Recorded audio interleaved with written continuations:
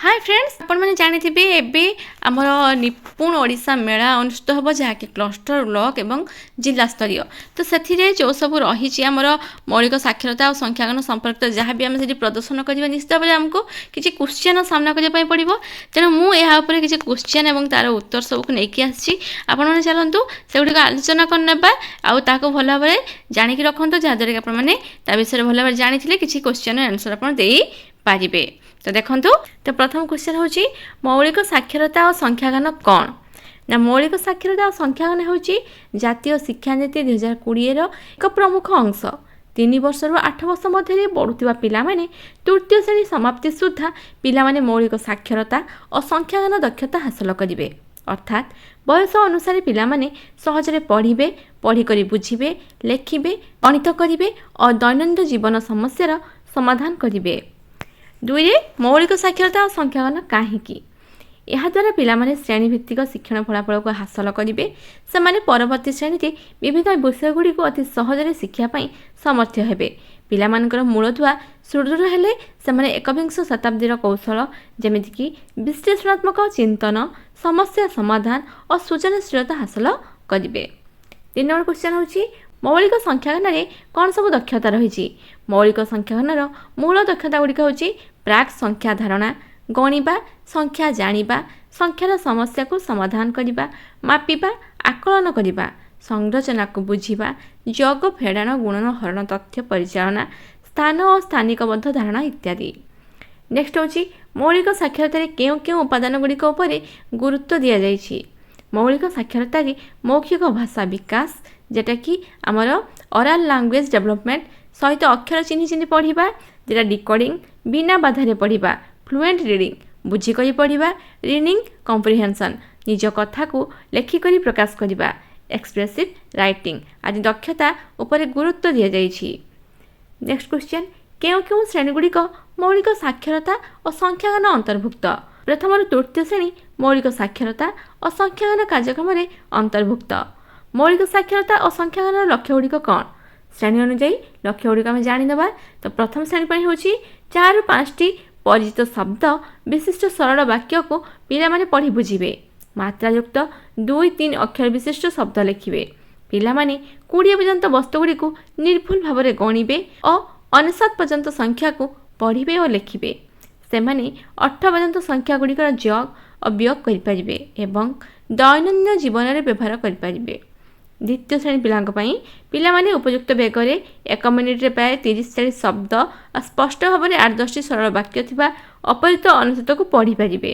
चित्र देखि 2 ରୁ 3ଟି सरल वाक्य लिखिबे। पिला माने 999 पर्यंत थिबा संख्या गुड़िक पढ़िबे और लिखिबे। दैनन्दिन परिस्थिति 99 मध्य संख्या गुड़िक जग और वियोग प्रक्रिया को व्यवहार करिबे। नेक्स्ट तृतीय श्रेणी पिला माने 8 ରୁ 10ଟି वाक्य थिबा अनुच्छेद को पढ़ी बुझिबे। अनुच्छेद को पढ़ी 3 ରୁ 4ଟି प्रश्नर उत्तर देबे। चित्र देखि 5 ରୁ 6ଟି वाक्य लिखिबे। पिला माने 9999 पर्यंत संख्या पढ़िबे और लिखिबे। दैनन्दिन परिस्थिति रे 999 मध्य संख्या गुड़िकर जग और वियोग प्रक्रिया को व्यवहार करिबे।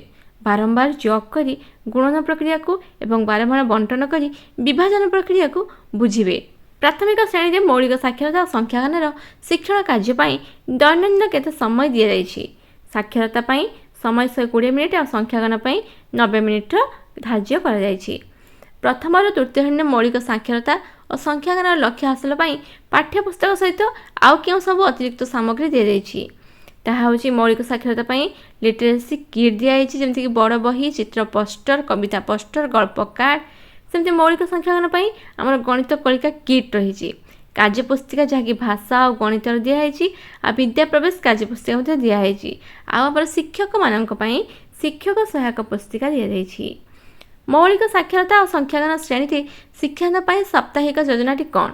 पिला माने प्रथम 4 दिन में नूतन दक्षता भित्तिक कार्य करेंगे। प्रथम दिन पुनर्जन और षष्ठ दिन पुनर्बलन कार्य करेंगे।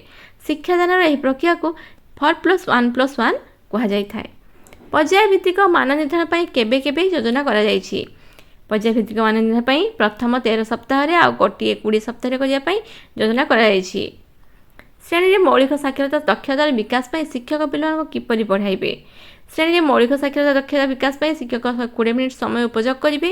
ଏହି ସମୟ ଭିତରେ ସେ ଏକ ଧାରାରେ ମୌଳିକ ଭାଷା ଦକ୍ଷତାର ବିକାଶ, ଅକ୍ଷର ଚିହ୍ନିବା, ପଢ଼ିବା, ଲେଖିବା ଦକ୍ଷତା ବିକାଶ ପାଇଁ କାମ କରି ଶ୍ରେଣୀର ପରିଚାଳନା କରିବେ। ଏହି ଦକ୍ଷତା ଗୁଡ଼ିକର ବିକାଶ ପାଇଁ ଶିକ୍ଷକ ପିଲାମାନଙ୍କ ଆବଶ୍ୟକତା ଅନୁସାରେ 120 ମିନିଟ୍ ସମୟକୁ ଭାଗ କରି କାମ କରିବେ। ଏହି ପନ୍ଥାକୁ ଭାଷା ଶିକ୍ଷଣର ସନ୍ତୁଳିତ ପନ୍ଥା ବୋଲି କୁହାଯାଇଥାଏ। ଶ୍ରେଣୀରେ ମୌଳିକ ସଂଖ୍ୟାଜ୍ଞାନ ଶିକ୍ଷାଦାନ ପାଇଁ ସରକାରଙ୍କ ଦ୍ୱାରା କେଉଁ ପନ୍ଥା ଅନୁମୋଦନ କରାଯାଇଛି? ଶ୍ରେଣୀରେ ସଂଖ୍ୟାନକୁ ପଢ଼ାଇବା ପାଇଁ ସରକାରଙ୍କ ଦ୍ୱାରା ସ୍ଥୂଳ ଚିତ୍ରିତ ଅମୃତ ସିଆରେ ପନ୍ଥା ଅନୁମୋଦିତ କରାଯାଇଛି। ସିଆରେ ପ୍ରକ୍ରିୟାଟି କ'ଣ? Concrete, representation, abstract. ତାପରେ ପ୍ରଥମ ପର୍ଯ୍ୟାୟ ହେଉଛି ସ୍ଥୂଳ ପର୍ଯ୍ୟାୟ, ବାସ୍ତବ ବସ୍ତୁ ବ୍ୟବହାର କରି ଗାଣିତିକ ଧାରାକୁ ବୁଝିବେ। ଦ୍ୱିତୀୟ ହେଉଛି ଚିତ୍ରକୁ ଦେଖିକି ସେମାନେ ଉପସ୍ଥାପନ କରିବେ। ତୃତୀୟ ହେଉଛି ଗାଣିତିକ ସମସ୍ୟାର ସମାଧାନ କରିବେ। ମୌଳିକ ସାକ୍ଷରତା ସଂଖ୍ୟାନ ଶ୍ରେଣୀରେ ପାଠ୍ୟପୁସ୍ତକ କିପରି ବ୍ୟବହାର କରିବେ? ନା ଶିକ୍ଷକମାନେ ପାଠ୍ୟପୁସ୍ତକ ଭଲ ଭାବରେ ପଢ଼ିବେ। ସେମାନେ ପଢ଼ାଉଥିବା ଦକ୍ଷତା ଉପରେ ଅକ୍ଷର, ଶବ୍ଦ ଚିହ୍ନଟ, ଲିଖନ ଅର୍ଥାତ୍ ଅକ୍ଷର, ଶବ୍ଦ, ବାକ୍ୟ ଲିଖନ ଏବଂ ପଠନ ଉପରେ କାମ କରାଯାଇଛି ସେଗୁଡ଼ିକୁ ବାଛିବେ। ତାପରେ ସେମାନେ ସେଗୁଡ଼ିକ ଉପରେ ଦିଆଯାଇଥିବା ଅତିରିକ୍ତ ପାଠ୍ୟ ସାମଗ୍ରୀର ସାହାଯ୍ୟ ଶିକ୍ଷା ଦେବେ। ସେହିପରି ଗଣିତରେ ମଧ୍ୟ କାର୍ଯ୍ୟ କରିବେ। ଶିକ୍ଷକମାନେ ଏହି ସମ୍ପର୍କରେ ଅଧିକ ଜାଣିବା ପାଇଁ ଶିକ୍ଷକ ସହାୟକ ପୁସ୍ତିକାର ସାହାଯ୍ୟ ନେଇପାରିବେ। ତାପରେ ଆସୁଛି ମୌଳିକ ସାକ୍ଷରତା ଓ ସଂଖ୍ୟାୟନ କାର୍ଯ୍ୟକ୍ରମ ଦ୍ୱାରା ପିଲାମାନଙ୍କର ଶିକ୍ଷଣରେ କ'ଣ ସୁବିଧା ହେଉଛି? ନା ଶ୍ରେଣୀଭିତ୍ତିକ ଶିକ୍ଷଣ ଫଳାଫଳ ହାସଲ ନିମନ୍ତେ ବିଭିନ୍ନ ପ୍ରକାର କାର୍ଯ୍ୟରେ ପିଲାମାନେ ଅଂଶଗ୍ରହଣ କରୁଛନ୍ତି। ଅଭ୍ୟାସ କାର୍ଯ୍ୟ ମାଧ୍ୟମରେ ଶିଖିଥିବା ଧାରଣାର ଦୃଢ଼ୀକରଣ କରାଯାଇ ସହଭାଗୀ ଶିକ୍ଷଣ ଅଂଶଗ୍ରହଣ କରୁଛନ୍ତି। ସେମାନଙ୍କ ଜୀବନଶୈଳୀରେ ବିକାଶ ମଧ୍ୟ ହେଉଛି। ବିଦ୍ୟା ପ୍ରବେଶ ବା ବିଦ୍ୟାଳୟ ପ୍ରସ୍ତୁତି କାର୍ଯ୍ୟକ୍ରମ କ'ଣ? ନା ପ୍ରଥମ ଶ୍ରେଣୀରେ ନୂଆକରି ନାମ ଲେଖାଇଥିବା ପିଲାମାନେ 12 ସପ୍ତାହ ଯେଟାକି 3 ମାସ ପାଇଁ ଖେଳ ଆଧାରିତ କାର୍ଯ୍ୟକ୍ରମରେ ଭାଗ ନେବେ। ଏହି କାର୍ଯ୍ୟକ୍ରମଟି ପିଲାମାନଙ୍କ ବିଭିନ୍ନ କୌଶଳକୁ ଖେଳ ମାଧ୍ୟମରେ ଶିଖାଇବା, ବିକାଶକୁ ତ୍ୱରାନ୍ୱିତ କରିବା ସହିତ ସେମାନଙ୍କୁ ସ୍କୁଲ ପରିସର ସହିତ ସହଜରେ ପରିଚିତ କରିବା ପାଇଁ ଉତ୍କୃଷ୍ଟ ବା ଉଦ୍ଦିଷ୍ଟ। ବିଦ୍ୟା ପ୍ରବେଶ ବା ବିଦ୍ୟାଳୟ ପ୍ରସ୍ତୁତି କାହିଁକି ଆବଶ୍ୟକ? ଭାରତର ପିଲାମାନେ ବିଭିନ୍ନ ସାଂସ୍କୃତିକ, ସାମାଜିକ ଓ ଆର୍ଥିକ ପରିବେଶରୁ ଆସିଥାନ୍ତି। ସେମାନଙ୍କ ମଧ୍ୟରେ ସେମାନେ ପ୍ରାକ୍ ପ୍ରାଥମିକ ବା ଅଙ୍ଗନବାଡ଼ିରେ ପଢ଼ିବାର ସୁଯୋଗ ପାଇନଥାନ୍ତି।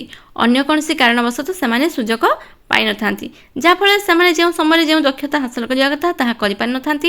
ତେଣୁ ବିଦ୍ୟା ପ୍ରବେଶ ବା ବିଦ୍ୟା ପ୍ରସ୍ତୁତି ମାଧ୍ୟମରେ ଏହିସବୁ ଦକ୍ଷତା ହାସଲ କରିପାରିବେ। ପିଲାମାନଙ୍କ ମଧ୍ୟରେ ଥିବା ଶୈକ୍ଷିକ ଉପଲବ୍ଧିର ବ୍ୟବଧାନକୁ ମଧ୍ୟ କମ୍ କରାଯାଇପାରିବ। ପିଲାମାନଙ୍କ 3ଟି ବିକାଶାତ୍ମକ ଲକ୍ଷ୍ୟ କ'ଣ? ନା ଲକ୍ଷ୍ୟ 1 ହେଉଛି ନିଜର ସ୍ୱାସ୍ଥ୍ୟ ଓ ସୁସ୍ଥତାକୁ ବଜାୟ ରଖିବେ। ଲକ୍ଷ୍ୟ 2 ଉପଯୁକ୍ତ ଭାବ ବିନିମୟ କୌଶଳ ପ୍ରଦର୍ଶନ କରିବେ। 3 ହେଉଛି ପିଲାମାନେ ନିଜ ଶିକ୍ଷଣରେ ସମ୍ପୃକ୍ତ କରିବ, ନିଜ ନିକଟ ପରିବେଶ ସହ ଜଡ଼ିତ ହେବେ। ଆଦ୍ୟ ଶୈଶବ ଯତ୍ନ ଓ ଶିକ୍ଷା କ'ଣ? ଆଦ୍ୟ ଶୈଶବ ଯତ୍ନ ଓ ଶିକ୍ଷା ବ୍ୟବସ୍ଥା ପିଲା ଗର୍ଭରେ ରହିବା ଠାରୁ ତାକୁ 6 ବର୍ଷ ହେବା ପର୍ଯ୍ୟନ୍ତ ତା'ର ଯତ୍ନ, ପୁଷ୍ଟି, ଶିକ୍ଷା ଓ ବିକାଶ ପାଇଁ ଉଦ୍ଦିଷ୍ଟ। ଏହି ECCE କାର୍ଯ୍ୟ ପାଇଁ ପ୍ରାକ୍ ବିଦ୍ୟାଳୟ ଅଙ୍ଗନବାଡ଼ି ଭୂମିକା ଗୁରୁତ୍ୱପୂର୍ଣ୍ଣ। ଆଦ୍ୟ ଶୈଶବ ଶିକ୍ଷା କାହିଁକି ଗୁରୁତ୍ୱପୂର୍ଣ୍ଣ? ନା ଜୀବନର ଅନ୍ୟ ତୁଳନାରେ ଆଦ୍ୟ ଶୈଶବ ଅବସ୍ଥାରେ ଶିଶୁମାନଙ୍କ ମାନସିକ ବିକାଶ ଦ୍ରୁତ ଗତିରେ ହୋଇଥାଏ। ଏହି ସମୟକୁ ତାକୁ ଉପଯୁକ୍ତ ଯତ୍ନ ଆଉ ପରିବେଶ ଯୋଗାଇ ଦେଲେ ଭବିଷ୍ୟତରେ ତାଙ୍କର ବ୍ୟକ୍ତିତ୍ୱ ଓ ଜ୍ଞାନ ଉପଯୁକ୍ତ ବିକାଶ ହୋଇଥାଏ। ପ୍ରାରମ୍ଭିକ ସ୍ତରରେ କିଛି ଦୁର୍ବଳତା ରହିଗଲେ ଭବିଷ୍ୟତ ତାକୁ ପୂରଣ କରିବା କଷ୍ଟକର। ଭାବୁଛି ଭିଡ଼ିଓଟି ଆପଣମାନଙ୍କ ପାଇଁ ଉପଯୋଗୀ ହେବ। ଭଲ ଲାଗିଲେ ଲାଇକ୍ ସେୟାର କରନ୍ତୁ। Thank you.